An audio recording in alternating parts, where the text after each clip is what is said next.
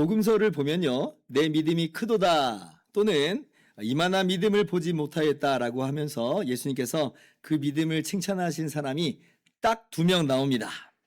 일단 12제자는 아니에요. 오히려 12제자는 믿음이 작은 자여 라고 하는 이야기만 많이 쓰습니다. 4번이나 들어요, 무려. 근데 이것도 참 은혜인 건 뭐냐면 그렇게 믿음이 작은 자들을 장차 주님의 위대한 일꾼으로 그렇게 들어 사용하시는 주님의 역사와 주님의 섭리가 너무나 놀랍다라고 하는 걸 우리가 깨닫긴 합니다만은 아무튼 12제자는 아니에요. 그러면 칭찬받은 사람 누구죠? 그렇죠. 마태복음 8장에서 이방인 백부장이 바로 그렇게 칭찬받는 믿음으로 나왔고, 그리고 오늘 본문의 가나안 여인이 또 주님께로부터 칭찬을 듣습니다.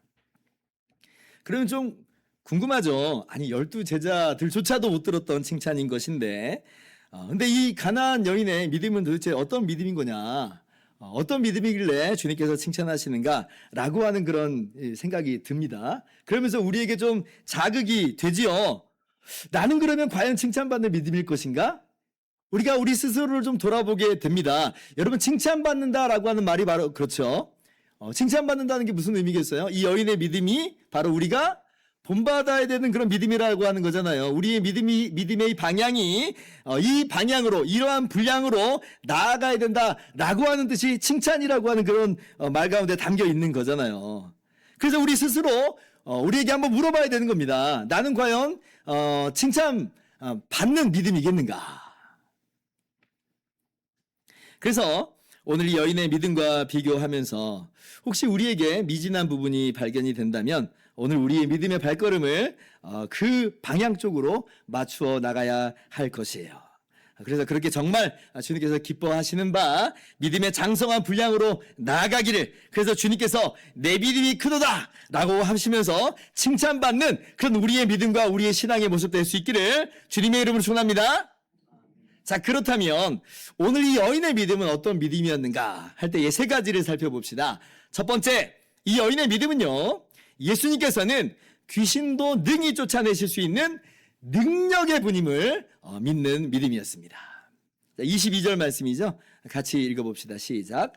가나안 여자 하나가 그 지경에서 나와서 소리질러 이르되 주 다윗의 자손이여 나를 불쌍히 여기소서, 내 딸이 흉악하게 귀신 들렸나이다 하되. 자, 내 딸이 흉악하게 귀신 들렸나이다. 이러한 이 여인의 부르짖음을 통해서 지금 이 여자가 어떤 상황에 처해 있는지를 우리가 알 수가 있죠. 딸이 하나 있어요. 그런데 그 딸이 더러운 귀신 들린 상태입니다. 마가복음 7장을 보면 이 딸이 또 어린 딸이라고 그래요. 지금 이제 장성한 딸 얘기가 아닙니다. 어린 딸이에요. 눈에 밟히는 딸이에요. 여러분, 우리가요, 우리의 자녀의 아픔을 그냥 지켜만 보는 부모는 아마 없을 것입니다. 내 능력이 미치는 이상 무슨 수를 쓰더라도 자녀들에게 아픔과 고통을 해결해 주고 싶지요. 그죠?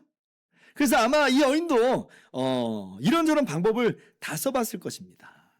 어린 아이가, 어린 딸이 지금 귀신 들려가지고 고통당하고 있는 것을 어떻게 그냥 지켜만 볼 수 있었겠어요. 이 딸을 보면서 이 딸이 이렇게 된 게 괜히 내 탓인 것만 같아 보이고, 그런 미안함과 죄책감 속에서 좀 어떻게 하면 이 자녀를 이렇게 회복시킬 수 있을까? 아마 발버둥을 치는 그런 인생이었을 거다, 이렇게 생각이 들어요. 그래서 아마 모르긴 몰라도 처음에는 자녀를 이렇게 좀 잘 타이르고 다그쳐 보았겠죠. 지금 잠깐만 그런 거겠지. 정신 똑바로 차리면 이겨낼 수 있을지 몰라라고 하는 그런 희망을 품고 정신 차리라고 아마 그렇게 붙잡아 놓고 소리친 적도 아마 있을 것 같아요. 근데 그렇게 해서 이게 돼요? 그렇게 해서 귀신 쫓겨나가지 않잖아요. 차도가 없습니다. 혹시나 몸이 허약해서 그런 것 아닌가 하는 그런 마음 때문에 또 주변의 여러 의원들도 찾아가 봤을 거예요. 뭔가 방법이 있지 않을까? 비용이 많이 들더라도, 아니 그 비용 다 써서라도 내 자녀 좀 고치고 싶은 그런 어머니의 마음을 우리가 다 가지고 있습니다. 그런데 이건 지금 그런 문제가 아니죠. 의원들도 고개를 젓습니다. 죄송하지만 우리도 어떻게 해볼 도리가 없습니다. 이건 그런 차원이 아닙니다. 아마 그랬을 거예요. 혹시 푸닥거리는 안 해봤을까? 우리 옛날 한국 사회에서도 푸닥거리 많이 했잖아요. 아마 제 생각에는 푸닥거리도 해보지 않았을까 이렇게 생각이 들어요. 왜냐하면 사람이 절박하면 지푸라기라도 잡으려고 하는 심정이 들거든요. 게다가 지금 이 여인은 이스라엘 사람이 아니에요? 이방인이에요. 가나안 여인이잖아요. 그러면 지금 이 여인이 지금 머물고 있는 이 삶의 자리라고 하는 것은 우상의 종교와 우상의 문화가 아주 가까이 있는 그런 상황일 것인데, 그러면 지금 이 우상의 신전에다가 돈 갖다 바치면서 뭔가 정말 수를 써달라고 아마 그렇게도 해봤을 것이다 라고 하는 거예요. 그러나 그 어느 것으로도 이 어린 딸이 지금 귀신 들려서 지내는 것에 지금 해결 방법이 될 수가 없었습니다. 아무런 차도가 없어요. 어머니의 마음은 타들어가죠. 매일매일 고통당하는, 귀신 들려서 고통당하는 딸을 바라보면서 자신의 무기력을 아마 뼈저리게 발견하고 있었을 것이고요. 어쩌면 이 귀신 들림 앞에서 다른 것들도, 우상마저도 하나같이 무기력하다라고 하는 걸 뼈저리게 경험하는 그런 삶의 시간들이었을 것이다 라고 하는 걸 우리가 충분히 짐작할 수가 있는 것입니다. 자, 그런데 그렇게 절망과 시리에 빠져 있는 이 여인의 귀에 한 이스라엘 사람의 소문이 들려왔습니다. 그분은 능히 귀신을 쫓아내신다는 거예요. 세상에 귀신을 내쫓는다는 것은 이 세상에 그 어떤 존재도 어떠한 것도 못했던 일인데, 근데 그분에게 데려가기만 하면 그분은 귀신을 다 내쫓아 주신다는 것이에요. 게다가 이스라엘 사람들에게만 아니라, 이스라엘 지역에서만 아니라 이방인들이 거주하는 거라사 지역에서도 군대 귀신 들린 자를, 그 군대 귀신 들린 자는 아무도 어떻게 못하고 쩔쩔매고 있었는데, 군대 귀신 들린 자를 그 군대 귀신마저도 쫓아내주셨다라고 하는 소문을 듣게 된 것이에요. 그렇게 귀신 들렸던 사람이 귀신이 쫓겨나간 다음에 그 소식을 전하잖아요. 그 소문이 아마 주변에 널리 퍼지게 됐을 겁니다. 그리고 그 소문이 이 여인의 귀에까지 들어갔겠죠. 이분이 누구신가? 여러분 누구세요? 그렇죠? 예수님이세요. 예수님이 행하신 일이에요. 그래서 이 여인이 이런저런 경로로 예수님의 소문을 들은 것이고요. 그리고 그러한 예수님의 소문을 들을 때에 이 여인에게 믿음이 생긴 거예요. 믿음이. 어떤 믿음이요? 예수님이라면 능히 귀신도 쫓아내실 것이다 라고 하는 믿음이 생긴 거죠. 지금까지는 내 딸에 들어온 이 귀신을 아무도 내쫓을 수 없었는데, 그러나 저분이라면, 예수님이라면 능히 하실 수 있다 라고 하는 그 믿음이 이 여인에게 들어온 것이에요. 그러니 여인이 예수님께 나온 것이죠. 여러분, 이것이 이 여인의 첫 번째 이 믿음의 내용인 것입니다. 여러분, 정말로 우리 예수님은요, 귀신도 능히 내쫓으실 수 있는 능력의 주님이세요. 여러분, 믿으시기를 바랍니다. 제가 그래서 여기에 대해서 오늘날 우리 시대 속에서도 예수님의 이름으로 귀신이 쫓겨나간 그런 사례들을 몇 번 말씀을 드렸죠. 귀신이 주님의 이름을 견뎌낼 수가 없어요. 우리가 지금도 주 예수님의 이름으로 귀신을 내쫓으면 귀신은 쫓겨나갑니다. 어떤 귀신이 예수님의 권세에 대항할 수 있겠어요? 우리 주님은 귀신도 능히 내쫓으실 수 있는 능력 있는 분이라고 하는 것을 여러분이 분명히 믿으시기를 바랍니다. 둘째로, 이 여인의 믿음은 뭐냐라고 할 때 여인의 믿음은 예수님은 나를 불쌍히 여기시며 나의 기도를 들으시는 긍휼이 많으신 분이심을 믿는 믿음이었습니다. 이 가련한 여인이 예수님께 찾아와 부르짖죠. 다시 22절 보세요. 나를 불쌍히 여기소서. 내 딸이 흉악하게 귀신 들렸나이다. 아마 처음에는 약간의 거리를 두고서 그렇게 예수님께 외쳤던 것처럼 보여요. 그런데 어떻게 된 영문인지 예수님이 별다른 반응을 보이시지를 않습니다. 너무 이상하죠? 제자들도 다 듣고 있는데, 근데 예수님이 못 들으실 리가 없거든요. 근데 예수님이 이 여인의 이 부르짖음에 아무런 반응이 없으세요. 여러분, 지금 이 여인이 한 번 예수님께 이렇게 부르짖고 끝났다라고 생각하는 사람은 우리들 중에 아무도 없을 겁니다. 22절에 소리 질렀다라고 하는 말은, 이걸 원문으로 보면 그 단어는요, 시제가 큰 소리로 계속 질렀다예요. 계속 나를 불쌍히 여기셔서 그러고 있는 거죠. 23절도 보세요. 제자들이 와서 청하여 말하되 그 여자가 우리 뒤에서 소리를 지르오니 그를 보내셔서 그러죠. 그러니까 뒤따라오면서 지금 소리를 지르는데 여기서도 이 소리를 지른다라고 하는 말이 원문으로 보면 계속 큰 소리를 지르고 있다. 계속 큰 소리를 지르고 있다. 계속이에요, 계속. 그것도 작은 소리도 아니고 큰 소리예요. 영어로 하면 cry out, cry out. 절규하다.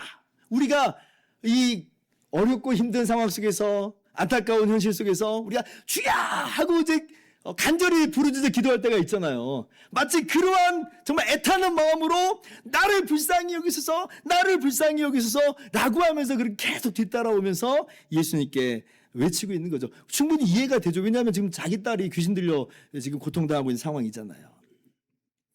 예수님 못 들으실 리가 없다는 거예요. 그러니까 제자들도 얼마나 이 귀가 멍멍해졌는지 글을 보내셔서 지금 그렇게 이야기할 정도입니다. 아니 그럼 제자들도 이렇게 다 듣는 판에 예수님께서 못 들으실 리는 없는 건데 근데 예수님이 못 들은 채 하신다는 거예요.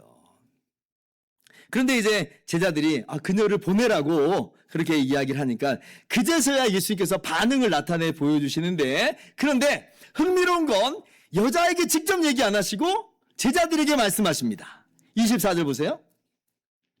예수께서 대답하여 이르시되 나는 이스라엘 집에 잃어버린 양 외에는 다른 데로 보내심을 받지 아니하노라 하시니. 언뜻 보면 예수님께서 이 여인의 이 간구를 매몰차게 거절하시는 그런 말씀인 것처럼만 보입니다. 언뜻 보면 그렇게 보여요.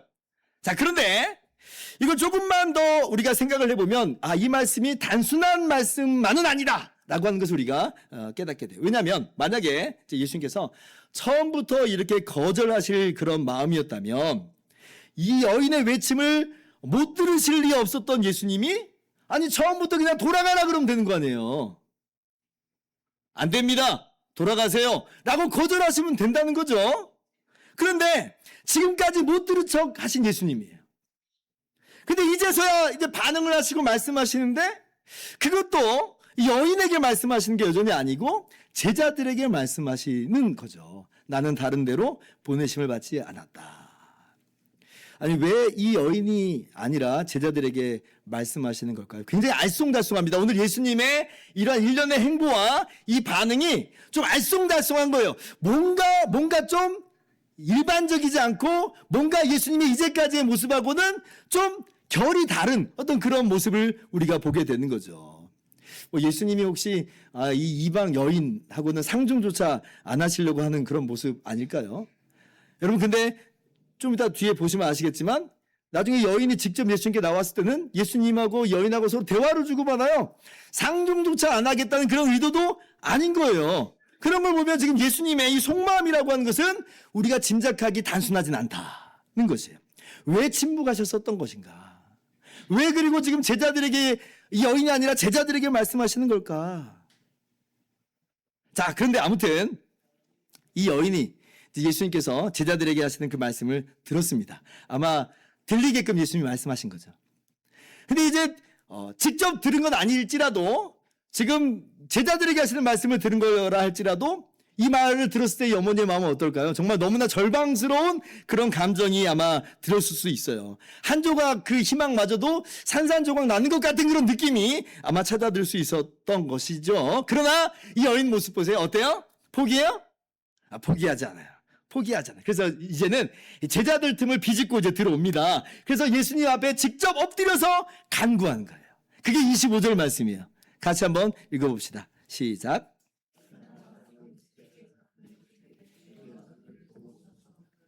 주여 저를 도우소서. 여러분 이렇게 낙심하지 않고 예수님께 나와 간구하는 이 여인의 모습 정말 칭찬받을 그런 모습인 것이고 우리가 본받을 만한 그런 모습입니다. 자, 그런데 여기서 우리가 한 가지 더 물어봐야 될 것 있어요. 여기서 우리 한 가지 물어봐야 할 게 뭐냐? 과연 무엇이 이 여인으로 하여금 계속 소리 지르게 한 것인가?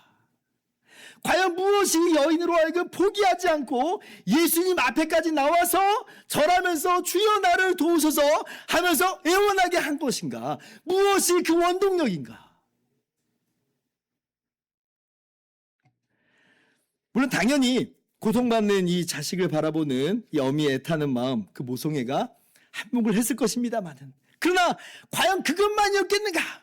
그것이 여인의 믿음의 전부인가?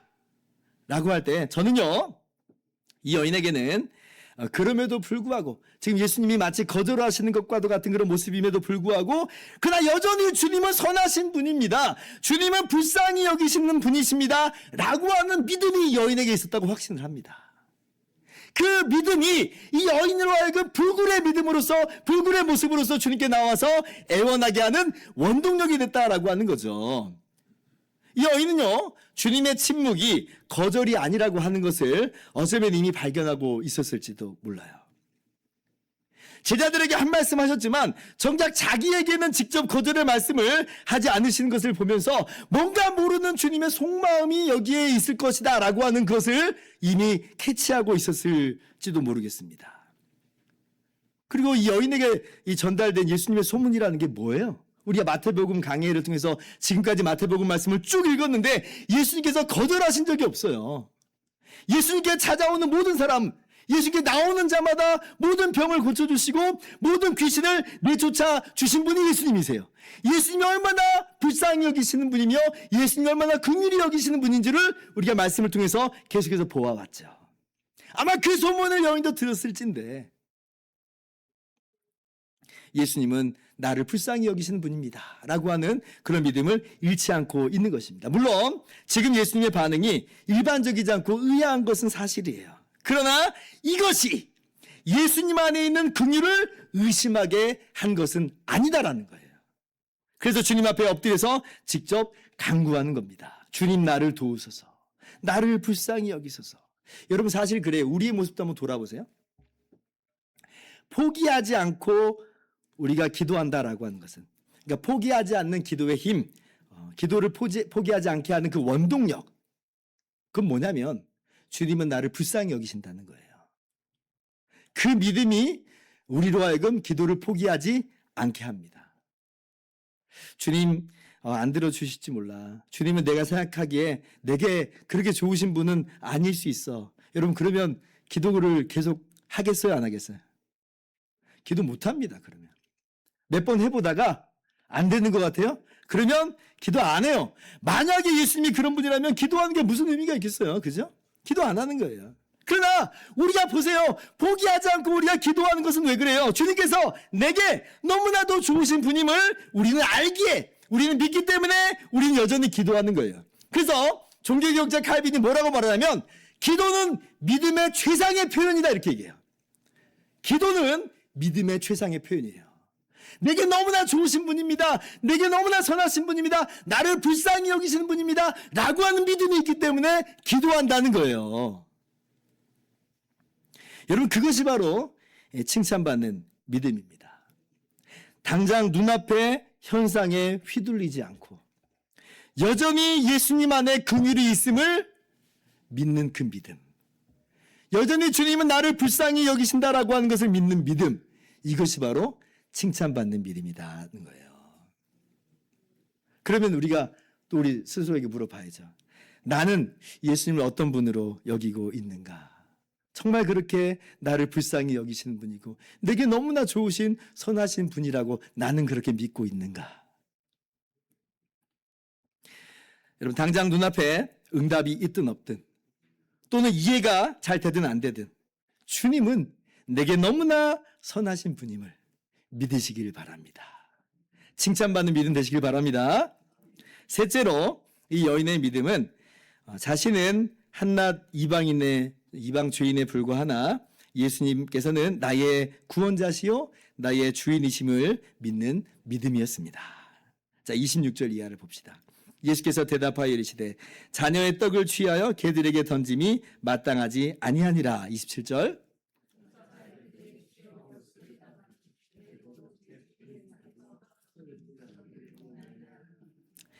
자녀의 떡을 취하여 개들에게 던짐이 마땅하지 아니하니라.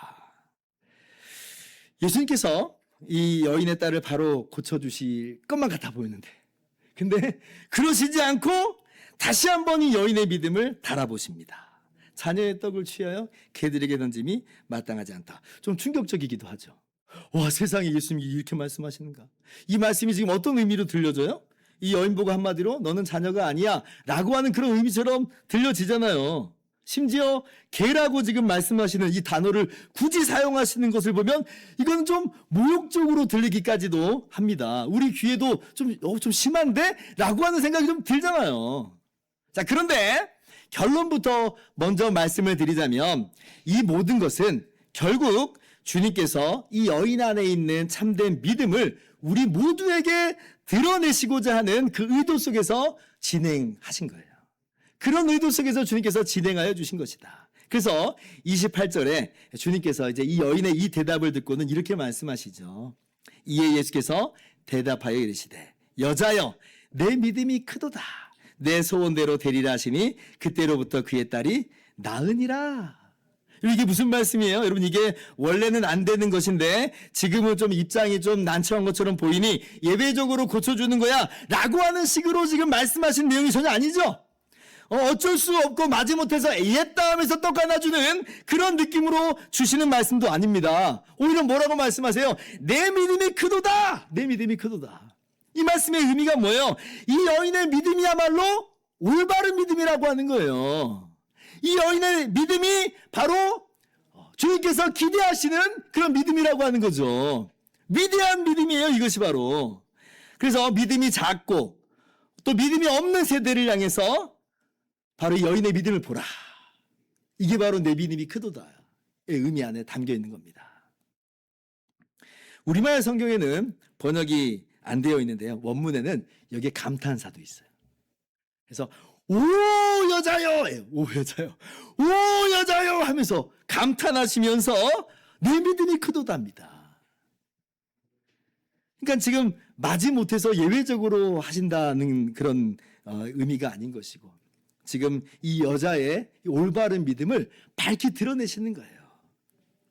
이스라엘 사람도 아닌 이방 여인이 이런 믿음을 가지고 있는 것에 대한 감탄, 일종의 기쁨이 그 예수님 안에 있는 거죠. 그래서 마가복음에는 이렇게도 기록되어 있습니다. 7장 29절 보세요. 같이 한번 읽어볼까요? 시작.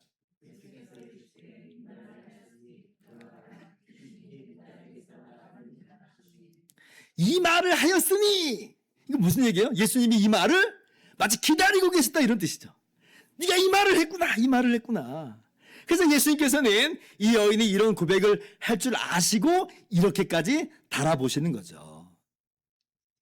여러분, 예수님께서 오늘 언뜻 이렇게 의아한 행보를 보이신 것에 대해서 우리가 좀 의아했지만 근데 사실 힌트가 있었어요. 그 힌트가 사실은 오늘 본문 처음부터 나와 있었습니다. 자, 오늘 본문 다시 22절로 가봅시다. 자, 이 여인의 첫 외침을 다시 한번 주목해 보세요. 주 다윗의 자손이여 나를 불쌍히 여기소서. 우리가 어쩌면 대수롭지 않게 그냥 생각하고 그냥 흘려 들을 수 있었던 이야기인데요. 근데 사실 이 고백은 정말 범상치 않은 고백입니다. 주 다윗의 자손이여. 이방 여인의 입에서 어떻게 이런 고백이 나올 수 있는가 싶을 정도로 너무나 놀라운 고백이에요. 왜 그래요? 먼저 이 여인이 지금 예수님 뭐라고 지금 고백해요? 주라고 고백하죠. 주님이라는 거예요, 주님. 이 단어는 물론 사람들에게도 쓰이는 단어입니다. 그런데 이 단어는 누구에게도 쓰이냐면 하나님을 지칭할 때 쓰는 단어이기도 해요. 그래서 신약 성경, 교회에서는 신앙 고백적 표현으로서 이 단어를 씁니다. 예수는 주이십니다. 예수님은 주입니다. 이것이 초대교회 신앙 고백이에요. 그래서 초대교회 때 황제는 주가 아닙니다. 예수님이 주입니다. 바로 이 고백 때문에 그렇게 박해를 받고 또 순교까지 당하기도 했다는 거죠. 그런데 이 여인이 예수님께 찾아와서는 주라고 하는 단어를 쓰고 있어요. 그죠? 자, 그리고 이 주라고 하는 고백과 더불어서 뭐라고 고백해요? 다윗의 자손이여 라고 부릅니다. 예수님을 다윗의 자손이여. 다윗의 자손은 무슨 말이에요? 구약에서 약속된 메시아 구원자 왕이 바로 다윗의 자손이라고 하는 단어예요. 그런데 지금 예수님을 향해서 주라고 부르면서 다윗의 자손, 메시아 구원자 왕이십니다 라고 고백하고 있어요. 더 쉽게 말하면 예수님은 바로 그리스도입니다 라고 여인이 고백을 하고 있다는 거죠. 당시에 이스라엘 사람 중에서도 예수님을 다윗의 자손으로 참으로 바르게 알고 고백하는 것이 드물었죠. 바리새인들 같은 경우는 더더군다나 예수님을 다윗의 자손 메시아 왕 그리스도로 그렇게 인정하지 않고 있습니다. 그런데 지금 다른 사람도 아닌 이스라엘 사람도 아닌 이방인인 이 여인이 예수님께 찾아와서는 주님이라고 부르면서 다윗의 자손이십니다 라고 고백을 하고 있는 거예요. 너무 놀랍죠? 너무 놀라운 거예요.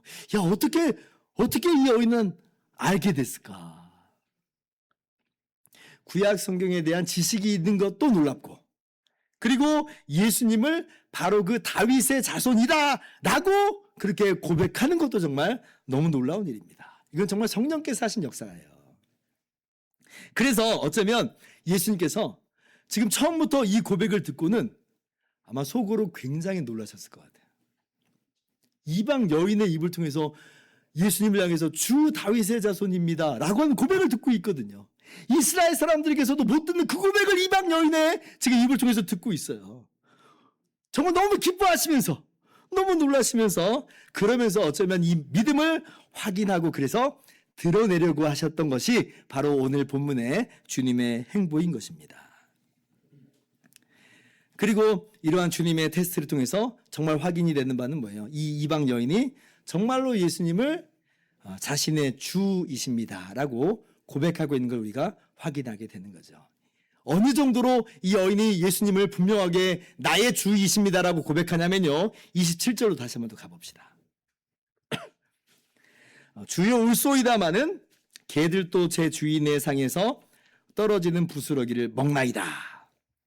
자, 먼저는 이 여인이 자신을 마치 자신은 개와도 같다라고 하는 것을 기꺼이 인정을 하죠.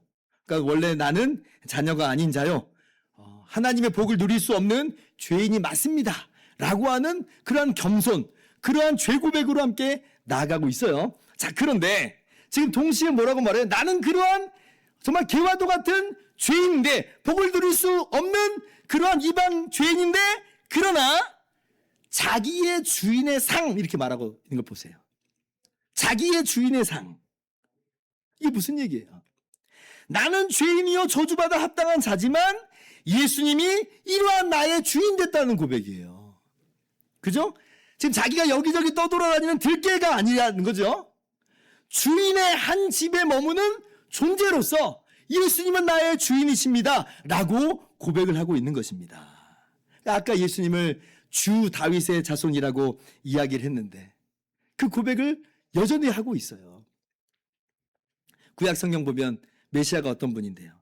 이스라엘의 빛이시면서 동시에 이방인의 빛이 되어주시기까지 하신 분이 구약 성경에서 약속된 다윗의 자손입니다.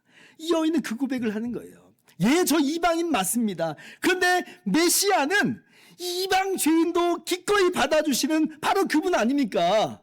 당신이 바로 그 다윗의 자손 메시아 아닙니까? 그래서 저는 메시아이신 주님을 나의 주라고 고백하면서 주님께 피하여 나온 것입니다. 그래서 부르짖어서 간구하면서 외치는 고백이 바로 이 여인의 오늘 기도의 제목이었다라고 하는 거예요. 그러니까 빈말로 지금 주 다윗의 자손이요 이렇게 얘기한 게 아니고 정말 그러한 믿음으로서 고백을 하고 있는 것입니다. 이것이 이제 주님과 여인의 대화 속에서 드러난 것이죠. 그리고 주님께서는 바로 이 여인의 믿음을 이렇게 확인하신 것이고 드러내어 보시면서 우리들에게 도전하고 있어요. 내 믿음이 크도다 라고 말씀하시면서 그러면 우리의 믿음은 지금 어떠한 모습인 것이냐 라고 하는 것을 우리에게 말씀하여 주시는 것이죠. 우리는 예수님을 어떠한 분으로 고백하면서 나아갑니까? 예수님을 향해서 우리는 어떠한 믿음으로 나아가고 있습니까? 예수님은 그리스도, 우리의 구원자시요 우리의 주인이시죠. 나를 위해서 대신 십자가에 못 박혀 죽으심으로 나 같은 죄인까지도 구원하여 주신 나의 주인이십니다. 이것이 저와 여러분의 동일한 고백인 줄을 믿습니다. 이게 바로 여인의 믿음이었고 칭찬받는 믿음, 올바른 믿음, 주님께서 기대하시는 믿음이에요.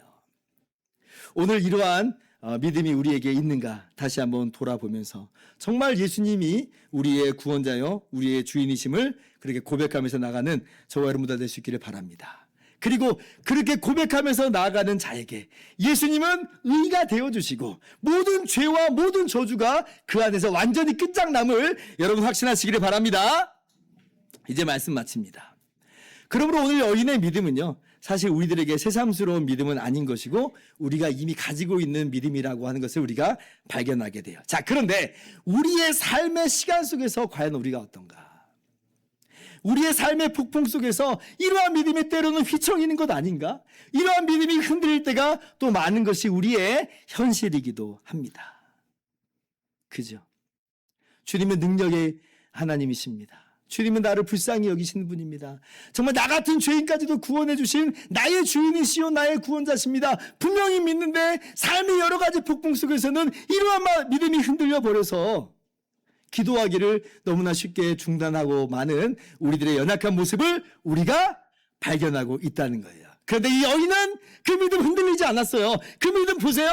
흔들리지 않고 계속해서 주님께 나와 기도하고 간구하는 이 여인의 모습을 우리가 귀감 삼아야 되겠습니다. 우리에게 그런 믿음이 있다면 그 믿음을 가지고 변함없이 흔들림 없이 그 믿음 안에서 주님께 나아가는 우리의 모든 삶의 모습이 될 수 있기를 바랍니다. 아무리 우리의 눈앞에서는 지금 우리가 생각하는 것과 다르게 모든 삶의 현장이 펼쳐진다 할지라도 그러나 주님은 여전히 내게 너무나 좋으신 분이니 주님은 능력의 하나님이시니 나는 주님께 피하여 나옵니다. 나의 모든 삶을 주장하시고 역사하여 주시옵소서. 이렇게 기도하면서 나아갈 때 오늘 주님께서 이 가나안 여인에게 내 믿음이 크도다 하시면서 응답하신 것처럼 우리의 모든 삶 속에서 응답하시고 역사하실 줄을 믿습니다. 예수님께서 불의한 재판장 비유에서 분명히 말씀하여 주셨죠. 불의한 재판장에게 지금 항상 애원하는 과부의 탄원, 불의한 재판장조차도 그 탄원을 들었을진데 하물며 아버지가 되어주신 하나님께서 그 밤낮 부르짖는 택하신 자들의 원한을 풀어주지 아니하겠느냐 말씀하셨어요. 그러므로 낙심하지 말고 포기하지 말고 선하신 우리 주님께 믿음으로 나와서 기도하고 간구하면서 주님의 놀라운 응답을 경험하는 저 여러분 모두가 될 수 있기를 주님의 이름으로 축원합니다. 우리 함께 찬양하고 기도하는 시간을 갖도록 합시다. 제일 처음 불렀던 찬양이에요. 하나님의 사랑을 사모하는 자. 하나님께 사랑을 받고 하나님을 사랑하는 우리들에게 하나님께서 오늘 또 우리의 간구에 귀를 기울이시고 응답하심을 바라보면서 함께 기도하는 시간을 갖도록 합시다.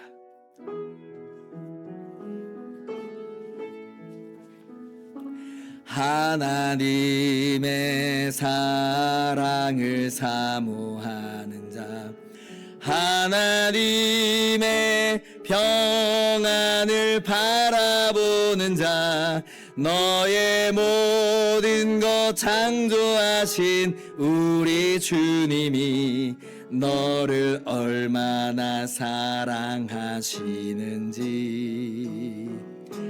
하나님께 찬양과 경배하는 자, 하나님의 선하심을 닮아가는 자, 너의 창조하신 우리 주님이 너를 자녀 삼으셨네.